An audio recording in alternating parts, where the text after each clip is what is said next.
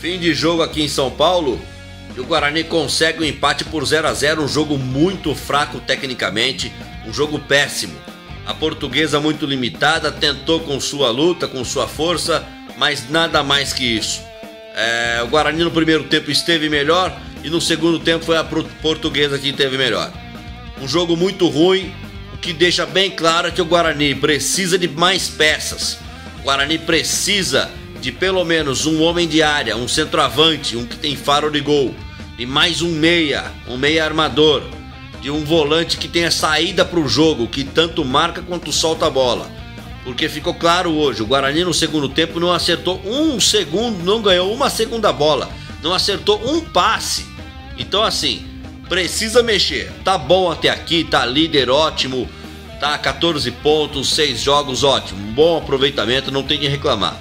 Mas o campeonato é longo, é difícil, é chato, vai precisar. É isso aí, Diego Amaro para o Meu Jogo, Bugre Mídia. Aqui é muito mais Guarani.